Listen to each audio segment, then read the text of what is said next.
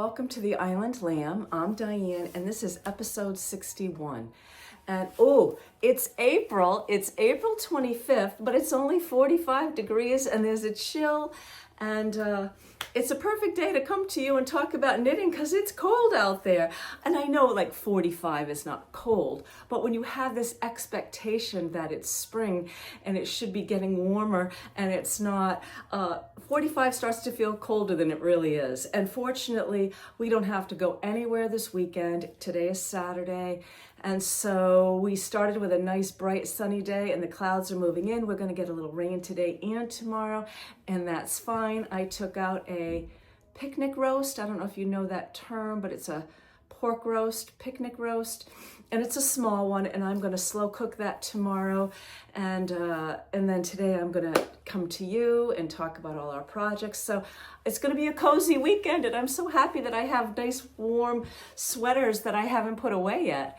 So I'm titling this episode Joyful Simplicities of Knitting in April, and also Joyful Simplicities of on Block Island this time of year. And so I started this video with a little footage of what's kind of the vibe on the island right now. We did do a beach walk. We had a day that was in the 50s without any wind. It was a glorious beach walk. We did walk one of the trails, and it was startling to see how much the storms, how much damage the storms did. A lot of trees are down, a lot of shrub and brush are down. It made for a clearer path because they have come in and they have removed quite a bit of it off the trail itself, but it was sparse looking. And I know that once the leaves start to unfurl from the shrubbery and from the trees, it's going to fill in, but it was still very quiet on that trail. We didn't pass a single person, and the views are stunning, and we were just happy to be out and about. Also, I included some photos when we walked on Old Mill. You see the turtles have already come up and they like to sunbathe on that rock. And there was a male and a female duck on the side of the road just nestled in on, I don't know if they were trying to lay eggs there, if they were just trying to get some sun, but it was sweet to see them on the side of the road. So it's just a very interesting time of year on the island. We are anticipating a busy tourist season this year, especially where people are staying a little closer to home. They don't want to really maybe spend the money on travel, on airfares and long distance. So we expect to see a lot of Rhode Islanders, Connecticut, Massachusetts, coming to the island, either day trips or maybe coming out for the weekend, or maybe they're going to rent a house. So there's that sense of anticipation, yet it's still very quiet on the island. There are a lot of work crews, brush cutting, and we see people getting new shingles on their house and getting their lawns and their gardens prepared. It's a little too early, at least from what my dad used to say, you really don't plant your flowers until Memorial Day weekend. And so I haven't done any planting yet. I have bought some seeds for flowers, and I might put those in after this weekend. And then mid-May, I will start to plant, serious planting. Let's see, what else did I want to talk to you about? Oh, another big thing that's happening on the island is, do you remember 2 years ago we had a big fire downtown that completely destroyed one of our iconic Victorian hotels, the Harborside Inn. And we are very happy to see that they're starting to dig and pour and get ready to put the foundation in. So they anticipate a grand reopening in 2 years' time. And that'll be nice because it's a big kind of hole in our downtown view. When you come off the ferry, it's hard not to see that big empty space now. So we're excited about that. We have a new pizza place on the island. So these are all things that are exciting. And we are still just slowly going through April, anticipating May. And I've been able to get a lot of things done. So I'll start with what I'm wearing. And I'm showing you some photos. This is the Nature Lace Pullover by Knitting for Olive. I knit this with 2 strands. I held a strand of Knitting for Olive Heavy Merino and a strand of Valley Yarn Southampton Silk Mohair. It's beautiful. You've got the halo from the mohair. I did wear a blouse underneath it today because I wanted to photograph some pictures outside, and I ended up coming inside but I have worn it with a camisole, and you can really see the beautiful lace detail against your skin. I will just get a little closer. I did hear from a viewer to be very careful about the weight of the sleeves and the gauge on the sleeves, and that they may be too long. But as you know, I usually have just the opposite problem. My sleeves are usually too short. I followed the pattern to a T, and for me, now I'm 5'8", I have long arms. This is gorgeous. I can still push that up a little bit and see the cuff of my blouse, and I do love that. I can certainly open that up a little bit, but if I just want to feel that cozy feeling, I have a nice long sleeve. And there are no increases on the sleeve. There are just kind of a drastic decrease when you get to the cuff. I think this is a gorgeous pattern. I talked about it a couple of times in my last few episodes. You start in the back, it's top down, you're gonna work a shoulder, then you're gonna cast on, I believe, and work a shoulder, and then cast on, and then eventually you will be working in the round, and then you'll pick up stitches. This is a drop sleeve. You'll pick up stitches and work down. The pattern is, once you get the hang of it, it's intuitive. Excuse me. There's a lot of pollen too, so I apologize if I'm a little sniffy too. But it's intuitive, it's easy to follow.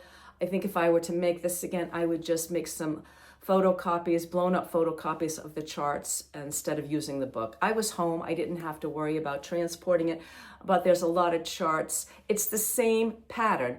The charts are just taking into account when you have a sleeve versus the front, if there's decreases or increases, so you move to a different chart. And it's very clear which charts to move to for your size. I made a size small. I could tell by the photos that this was going to be quite oversized, and it is, but the small is just perfect. I have it on today with kind of a straight-legged black jeans.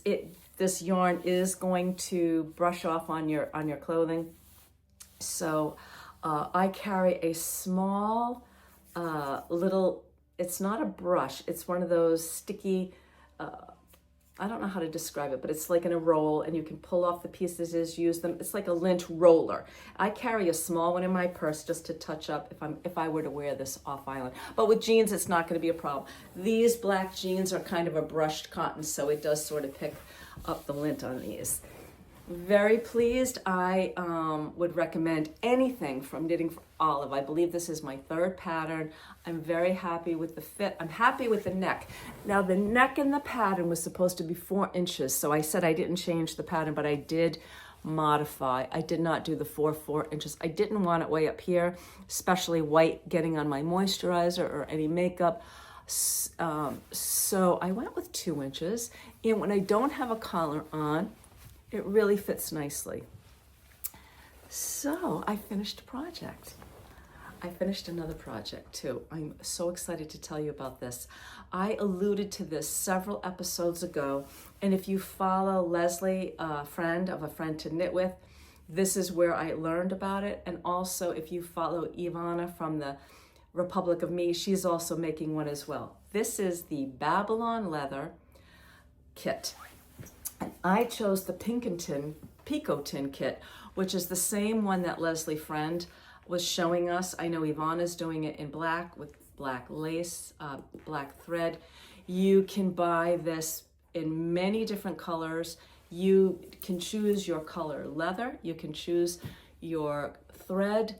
You can change the bag. They do an Hermes style Kelly bag. I just thought this would be a perfect project bag. So many things I love about it, and I'm showing you some, I think a little footage and some videos of it. It's big. It's big enough for me to get a good sized project in here. So right now I have this huge skein of yarn. This is about 1,000 yards. The project itself, I have the second ball of yarn that I'm using, which is a mohair. And I also had this project book in here. So very spacious. It comes in pieces. So you have all these pieces that are pre-cut, and the holes are pre-punched. So, I mean, makes it very easy, especially if you're not really somebody who sews. You're going to use a long piece of thread and it's going to be waxed. You're going to load up needles on both ends and you're going to do this double stitch, which is going to reinforce every stitch. And they start you off doing some simple things. Like the first thing I did was this little piece here, which is actually where the key for this sweet little lock, which I'm not really using the lock, I'm just sort of letting it hang on the hardware. You also get to choose the color hardware. So they have silver. This was the, I think brass is what this is called. And it comes with this lock. And because I'm not gonna use it as a purse, I'm not gonna have my wallet in here probably, unless I was gonna have it with me the whole time. Like if I was sitting at a cafe, maybe I might bring, you know, a small little purse with a couple of dollars in it.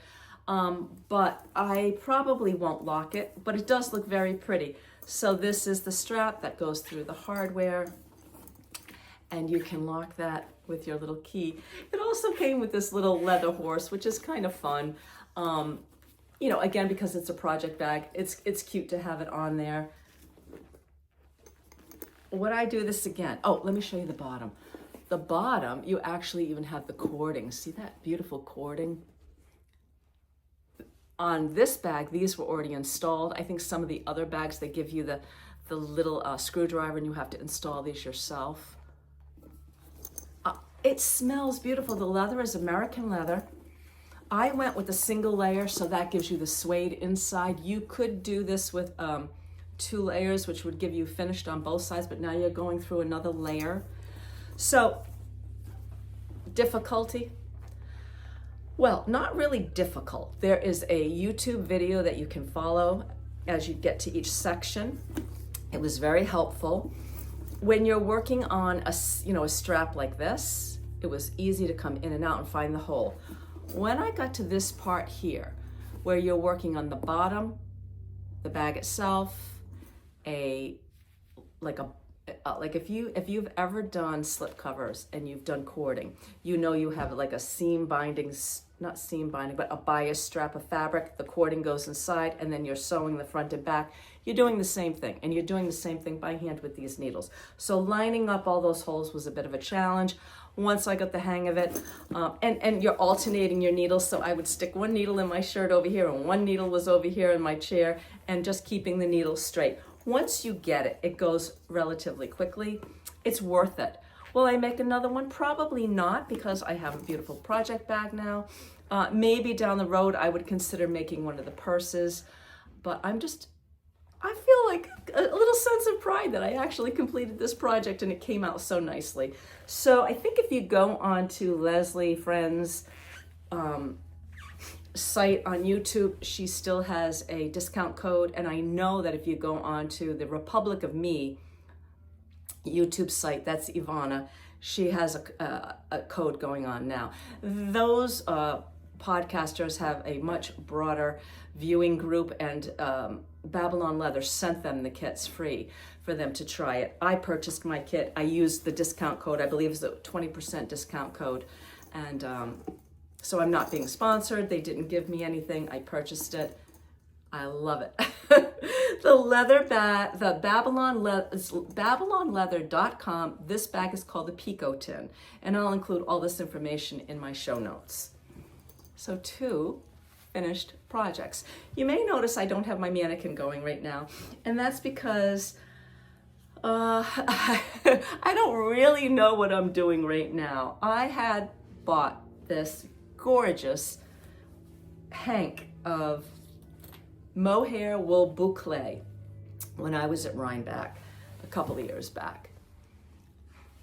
And I wound it on my Swift a couple of days ago. And when I was purchasing this, I was thinking of my mother. These are all her beautiful colors.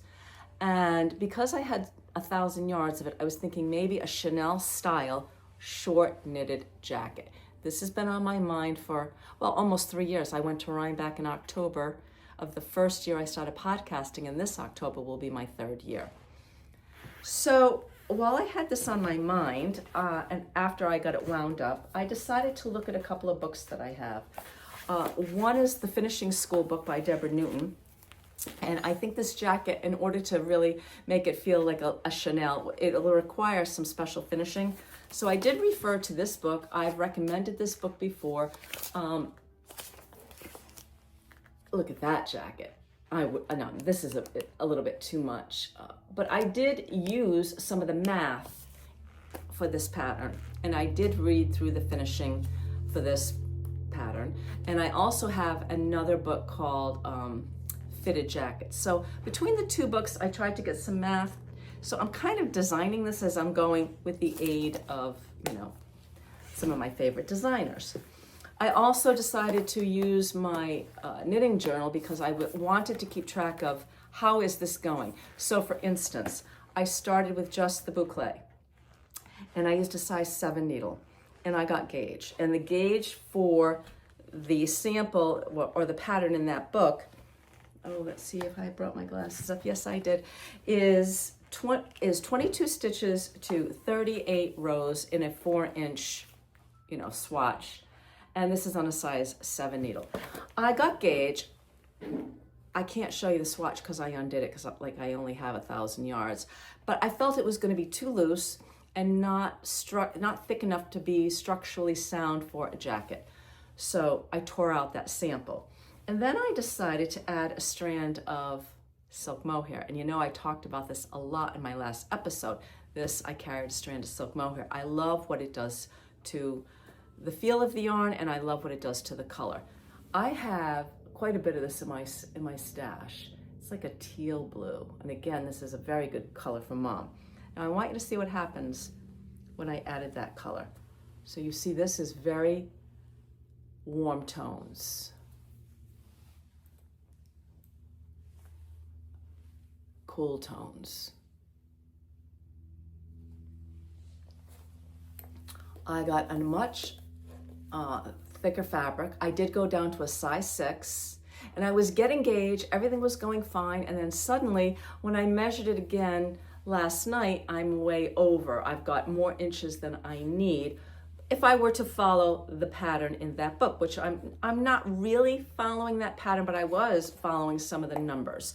Now I do feel like this is going to be okay for a jacket. I don't know if I'm going to have enough yarn. I'm just about ready to bind off of the sleeve cap. Now remember, this is for Mom. Mom is much more petite than I am. I'm going to keep going. Here's what I'm thinking. I'm hoping I'm going to have enough yarn to make another sleeve, 2 fronts and a back. This is going to be fairly short, not cropped, but short. Mom is shorter than I am. She's much more petite than I am. She's only a 34-inch bust. So I'm going to keep going. And then if I need to make this smaller, I may throw this in hot water and a quick run through the dryer. Just maybe a couple of minutes at a time. The boiled wool jackets, the Tyrolean boiled wool jackets, I don't want to get quite that thick, but I have it in the back of my mind. When you might not have enough yarn, is it worth continuing? I'm going to keep going. We'll see what happens. I've told Mom about it. She's going to see this podcast. She's going to see that maybe it'll happen, maybe it won't. I'm enjoying the experience. What I will say about boucle, if you've never worked with boucle, see all those little loops? That's what makes boucle. You've got to kind of keep an eye on your needle, that you're getting the stitch and not just going in through one of those little loops. Also, if you're going to carry a strand of silk mohair with it, you want to be sure that you're catching both of those strands while you're knitting. I did go down to a size 6 needle. I probably could have gone down to a 5, but then I know I wouldn't have had enough yarn. So stay tuned. We'll see how it goes. That's what I'm working on right now. The other thing I'm working on is I'm still working on the end-to-end Pearl Soho short sleeve top.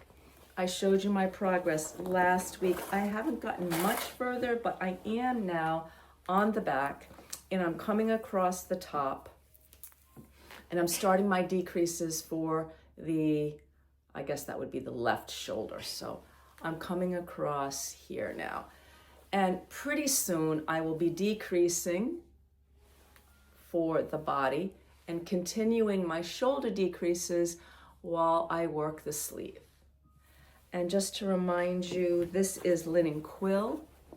If you haven't worked on linen quill from Pearl Soho, this is gorgeous yarn. It's wool and it's linen. It has the most incredible drape. This is the front. So I'm very close to having this done. I probably should have finished it first, but I thought, oh, maybe I'd have a little Chanel jacket for my mother by Mother's Day. That's kind of crazy. The other thing I am thinking about is to break up the back. I may just run a stitch of navy blue up the back. I did not do the front and back with all the color because I didn't have enough yarn, and I'm trying to use up this linen quill. I did not want to have to buy another skein. And the other thing I'm thinking about doing is maybe making a braided belt, and then I can use up a little more of my scraps. So that's the other thing I have going on. I'm working on a size 4 needle in garter. This is a dream. And on the boucle jacket, I'm working on a 6, and I'm also working in garter stitch. So I'm just knitting. I like garter when I just want to just knit mindlessly. I do have to keep a little attention on both of those projects where my decreases are, but that's not too difficult. The other thing I'm working on, and I've shown you this before, but I'll show you my progress as I continue to work on my needlepoint project. I'm getting there. I think last time I still had quite a bit in here, but I've worked up a few more of these, and I've come around. I'm working across this blue, and I'm starting to work in here. Just look at that. Isn't that just gorgeous? So these last few weeks have been very productive and all at a very nice pace, no pressure. I like going back and forth from project to project. I am a project knitter versus a process knitter. I seldom just pick up yarn just for the sake of playing. Most of the time I have something in mind. So it's fun to have a couple of little projects going on. Let's see, what else did I want to share with you? Okay, I have been enjoying our new kitchen so much, and we had the treat of having one of my good friends, and you saw photos of her, and I've referred to her before. She came to Rhinebeck with my cousin and myself 3 years ago. Her name is Yvonne, and she lives on Martha's Vineyard, and she was coming to visit us and to spend the night. And so I wanted to serve a nice dinner. I made a roast chicken with roast vegetables, and I wanted something light but still exciting, maybe a little tart for dessert. So I made my first time making lemon curd. I made a lemon curd berry tart. And I'm just showing you a couple of little clips of what it took to make a lemon curd. I don't know if you've ever made a lemon curd before. I love lemon curd. I've had it, but I've never made it. And I enjoyed the process. It was a half a cup of fresh lemon juice, 100 grams of cold butter. Cold butter? No, it didn't have to be cold. 100 grams of butter, the lemon juice, eggs, and super fine sugar. So if you've never used superfine sugar, and I hadn't, and I couldn't find it at my little grocery store here on Block Island, so I went online to see, is superfine sugar like confectioner's sugar? It is not. But you can make your own superfine sugar from granulated sugar. So this was a scant half cup of superfine sugar, and I just put that in my small food processor and ground that down. You don't want to grind it down to a dust or to flour consistency, because then you're like dealing with confectioner's sugar. But you want it finer than granulated sugar. And now I understand the purpose of this. So you've got a simmering pan or pot of water. You've got a heat-proof glass bowl over that. You really don't want the glass bowl to touch the water, but you want it to get heated up. And you're whisking the eggs and the lemon juice and the superfine sugar. And am I leaving anything out? I'll include the link to the recipe in the show notes. And you're whisking this, and then you're just you whisk it until everything is incorporated, and you want that sugar to completely dissolve, and then you're stirring it, and this is going to take about 9 to 10 minutes until that curd begins to thicken.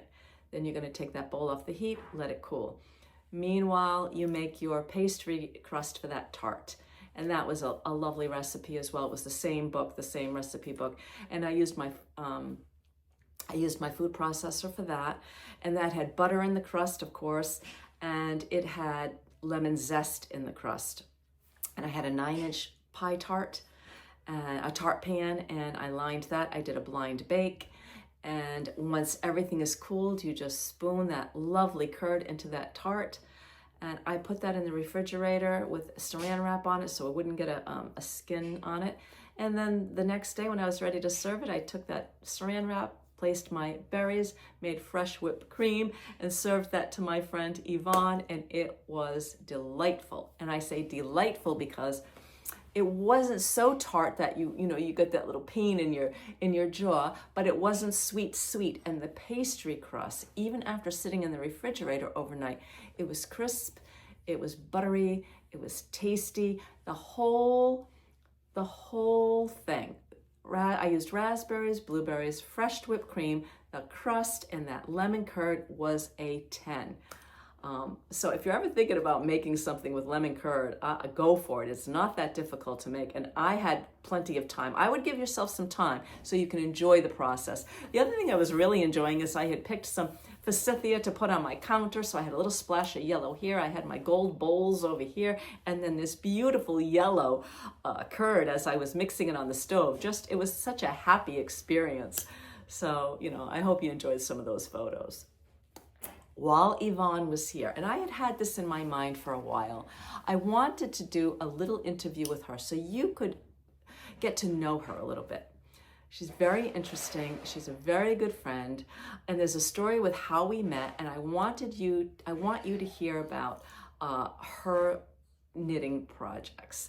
So if you're interested in that, and I hope you'll stay for that, I'm now going to turn it over to Yvonne. See you soon. This is Yvonne. Hi, Yvonne. Hi.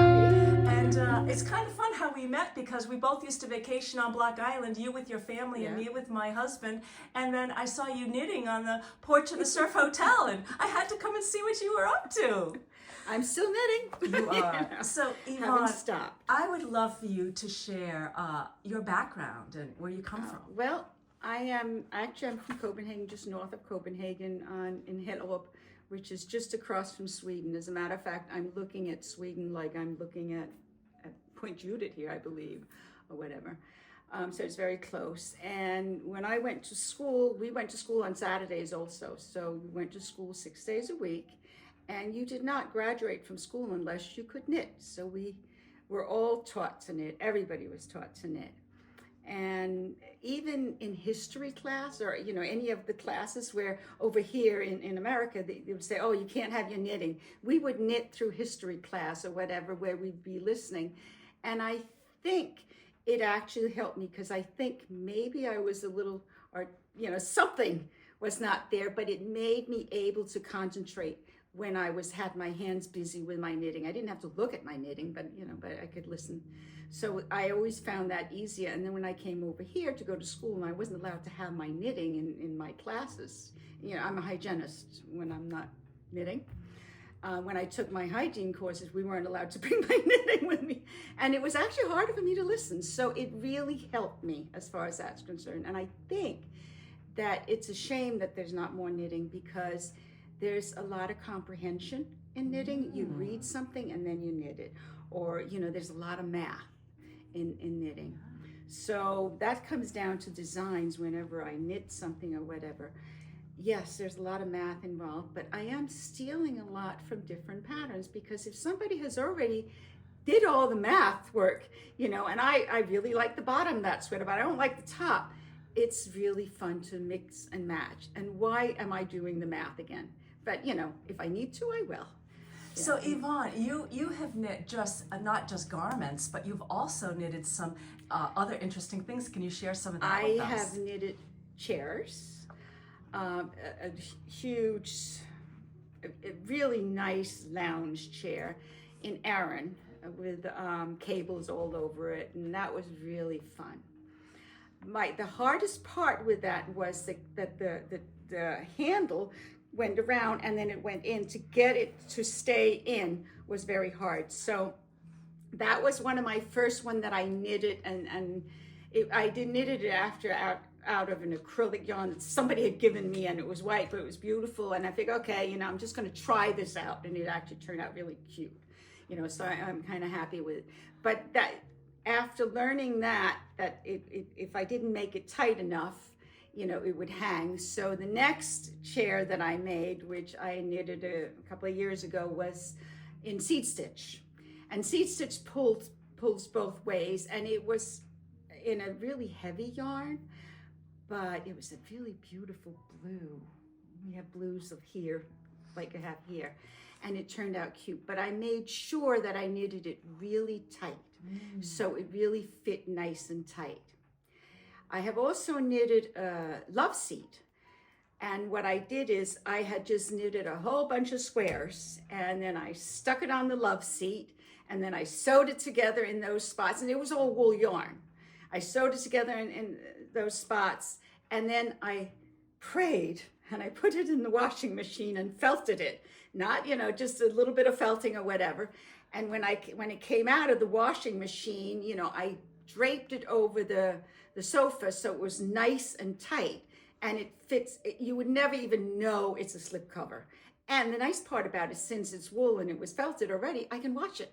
You know, so it really turned out cute. And if I recall, didn't you enter that piece in a fair? I did enter that piece in the fair. And, you know, my other half did not like all my knitting, what I did, and he did not appreciate it. So I had to enter it in a fair so he could see that it's not really terrible, all the stuff that I do. You know, it's well worth it. You won Best in Show. So I won Best in Show, and that was important to me. You know, it was important for me to tell him that this is really fun. This is really nice to do. And it validated your talent. That's what I needed. That's what I needed. And then, you know, some years later, then my middle daughter asked me to knit her wedding gown. And I was like, okay. And I said to her, well, her name is Linda. I said, Linda, if you don't like it, I don't have any problems with it. And then she told me that she may be pregnant. So now I'm knitting a pregnancy wedding gown. Well, that all fell through. So eventually I had to rip that whole thing up and knit her a gown that she wasn't pregnant. We found out she wasn't pregnant. So, you know, I knitted, you know, her gown. And you designed it. Yes, I designed it. And what I did was I knitted in what's when you put it in panels. Yeah, I knitted in panels. Yes. So I could sew it together and, you know, knit little by little down because of the weight. There was a lot of alpaca in it. There was silk in it, and both alpaca and silk will stretch. So I also had to knit it from the top down. So as it was hanging, it was stretching as I was knitting it. And that was actually a really fun project. But because I have knitted it in panels, if her daughter someday wants to have it and wants me to change it or do something to it, I can take those panels apart and put other stuff in.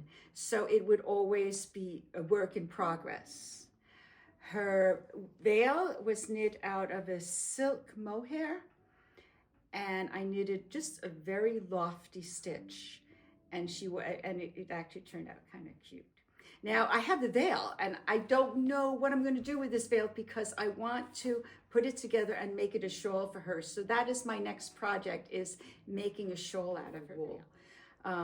I live on Martha's Vineyard, and Martha's Vineyard is, we drop all the leaves in November, and then it's November until, you know, June. We get the first leaves where I am in June. So it's November, June, July, August, September, October. And then it's a whole bunch of Novembers. You know? Are you using any local wool? Because you're a spinner as well. Yes. I am using some local wool, but they don't really have that much, which is sad because they don't have a place to have the wool done. So they have to send it off island, and it doesn't always come back. And, you know, so there's not as much as you would think, although they have all the sheep there. I do a lot of spinning in between, and I spin mostly just for fun. I just pick up the fleece and just spin, and it's more like a zen, you know. But when I spin my yarn that is hand spun become very special.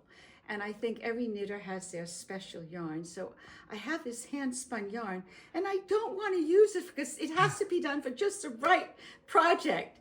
And I have to get over that, because as I'm getting older, if I keep stashing it, never knitting it, I'll never get to it. So I am starting to get into my stashes, and that's coming back to, you know, I'm trying to use up what I have of stashes, and it's a great feeling to do that. I'm also, this year, I want to try to mix like fabric with wool, you know, with something knitted, so fabric and hand knit. So I'm joining them. I just finished a huge shawl. I'm actually in the process of finishing. It's done, but I'm doing the finishing work on it. And it's a huge shawl, and it's more like a throw. And I want to add a little border on top of it, because I think it needs something to hold on the weight when you have it on the shoulder, because it's going to be hanging on your shoulder. It goes all the way down to the hip tip on my heel in a big V. If I can find a picture, I'll show the picture to you. But it's very cute. I wake up in the morning, I knit. I go for a walk with my dog, and I come back and I knit. And in the evening, in front of the TV, I knit. I watch Diane's podcast and I knit. You know, I love watching the podcast while I'm knitting. It's just a way of, you know, sitting there and just I feel like I'm talking to Diane. I feel like I'm having a conversation. It's true about the sweater you have on right now. I'm just loving that color and that design. Yeah, this is, God, I can't remember the name of the yarn. Maybe I'll remember it later. And I got it from Webb's, and it's a cotton linen mix, which I really like. And you can see it's loose knitted. I have knitted with this yarn in like 4 or 5 different colors. I bought a whole bunch of it because once I knitted one sweater, I really like the feel on it. This one here I knitted because I wanted the drape. It's just to hang loose on it. Then I knitted another one in white, which I wanted like my perfect t-shirt. You know, I love a white t-shirt. So I knitted a white t-shirt, and with the white t-shirt, what I did is I picked up the stitch. It's a fitted sleeve, and then I picked up the sleeve, did the German short rows, and worked my way down so I could try the sweater on. The sweater, the t-shirt itself was just a stockinette stitch, so I could make it longer or shorter.